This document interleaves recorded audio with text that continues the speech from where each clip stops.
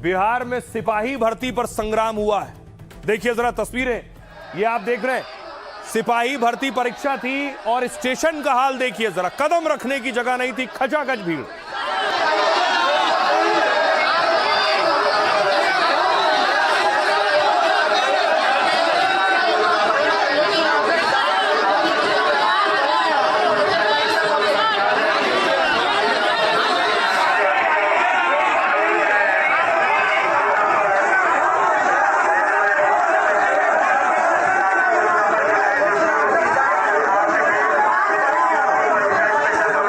और जब भीड़ बढ़ती जा रही थी तो परीक्षार्थियों ने देखिए ट्रेन रोक दी है, ट्रेन के आगे खड़े हो गए हैं, चारों तरफ से ट्रेन को घेर लिया है।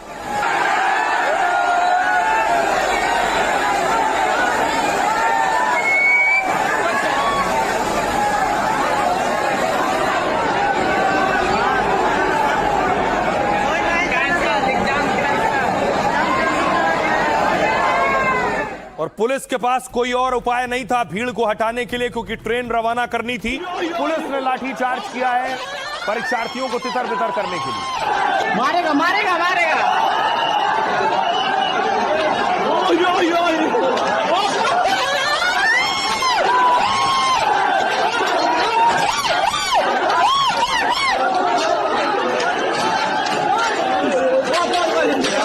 पत्थरबाजी शुरू हुई और उसके बाद देखिए जरा, पत्थर चल रहे हैं, जो छात्र थे जो एग्जाम देने जा रहे थे वो पत्थर चलाने लगे।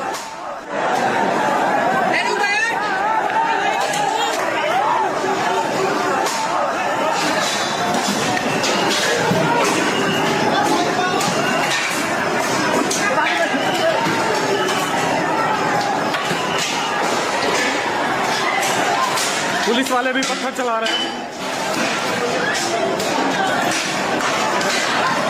छुपी हुई है।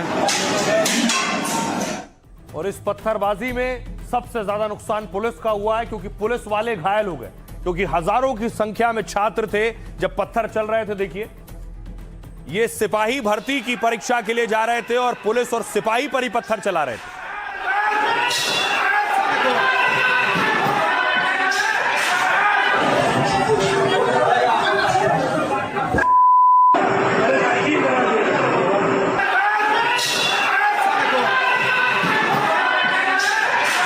और उसके बाद देखिए, पुलिस ने आंसू गैस के गोले दागने शुरू किए। पुलिस के पास कोई और विकल्प नहीं था। रात को यह प्रदर्शन शुरू हुआ। देखिए, जब सूरज निकला है, कुछ रोशनी हुई, तब पुलिस ने एक्शन लिया।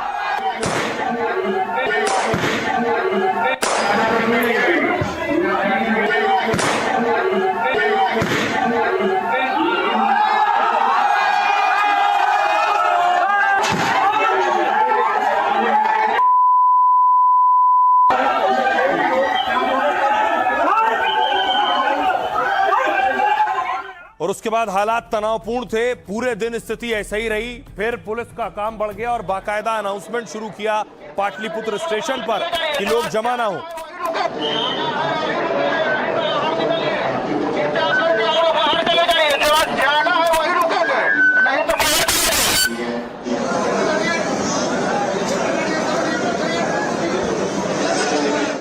और आइए अब आपको बताऊं कि आखिर पाटलिपुत्र स्टेशन पर यह सारा बवाल क्यों हुआ, क्यों पत्थरबाजी हुई, किसने पत्थर चलाए और अब पुलिस क्या एक्शन ले रही। देखिए जरा, पटना के पाटलिपुत्र स्टेशन पर बवाल उस वक्त शुरू हुआ जब सिपाही भर्ती परीक्षा के हजारों अभ्यर्थी स्टेशन पहुंचे।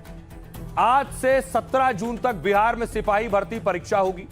छात्रों के आरोप यह है कि पूरे राज्य में केवल 500 सेंटर है और हमारे जैसे अभ्यर्थियों की संख्या है 16 लाख से ज्यादा।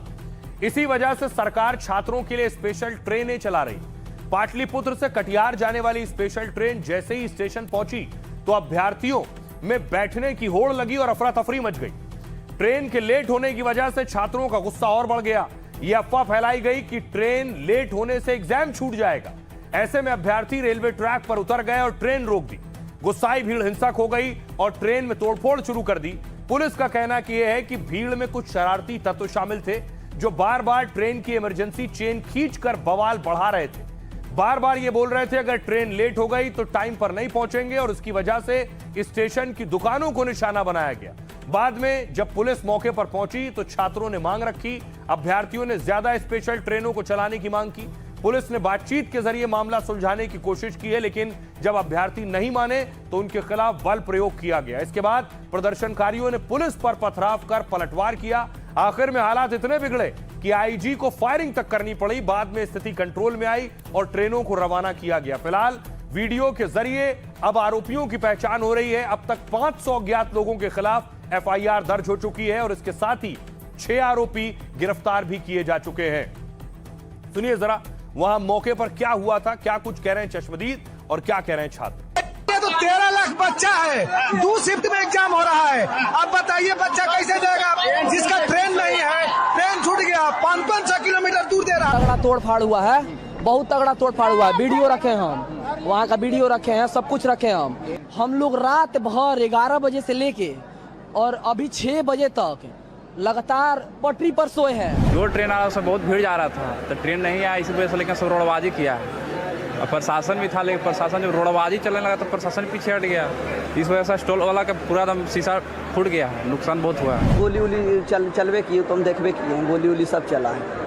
तुम लोगों का एग्जाम छूट गया? हाँ, एग्जाम छूट गया। वो लोग का कुछ मांग को लेकर के, जैसे आदि की ट्रेन, जबकि स्पेशल ट्रेन भी व्यवस्था की गई थी, 2 स्पेशल ट्रेन खड़ी भी थी, उसके बावजूद भी कुछ प्रदर्शनकर्ताओं के बीच में असामाजिक तत्व भी घुसे और पथराव शुरू किए हैं। तो माइल्ड फोर्स के साथ उनको डिस्पर्स कराया गया और शांति कायम कराया गया। आगे प्राथमिकी दर्ज करके कड़ी कार्रवाई करी जाएगी। जो लोग हैं उनको चिन्हित किया जा रहा है, वीडियो और फोटोग्राफी इत्यादि की गई है, उनको चिन्हित करके कड़ी कार्रवाई की गई है। हाँ, जो जिस समय भयंकर पथराव हुआ था उस समय हमारे जवानों की जो जान बचाने के लिए जो सेफ दिशा में जो हवाई जो फायरिंग है, कितनी देर तक हंगामा चला? तो बिहार में यह बवाल हुआ और बिहार से एक और बड़ी खबर आई। पिछले दिनों खान सर सुर्खियों में थे, खान सर की कोचिंग के बाहर गोलियां चली। आज हिंसा करने का जो आरोपी था उसकी संदिग्ध स्थिति में मौत हो गई। ये तस्वीरें आप देख रहे हैं, खान सर के कोचिंग के बाहर मारपीट हुई थी, मारपीट के बाद गोलियां चली थी। और जिस शख्स को आप देख रहे हैं सामने दूसरी तस्वीर में खान सर के सामने, इसका नाम है प्रिंस। प्रिंस पर हिंसा का आरोप था और ये जो प्रिंस है, ये प्रिंस जो रोशन सर हैं, रोशन आनंद जिनकी गिरफ्तारी हुई है, उनका भाई है। देख रहे हैं ये प्रिंस, ये रोशन आनंद। अब हुआ ये है कि प्रिंस की मौत हो गई। दरअसल प्रिंस पर आरोप था इस हिंसा में शामिल होने का, प्रिंस पर आरोप था मारपीट करने का। प्रिंस फरार था और भागकर चला गया था नेपाल।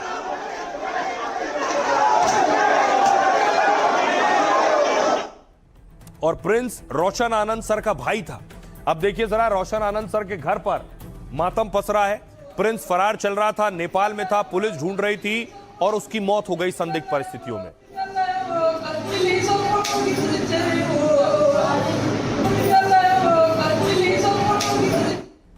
अब सवाल यह है कि प्रिंस की मौत कैसे हुई।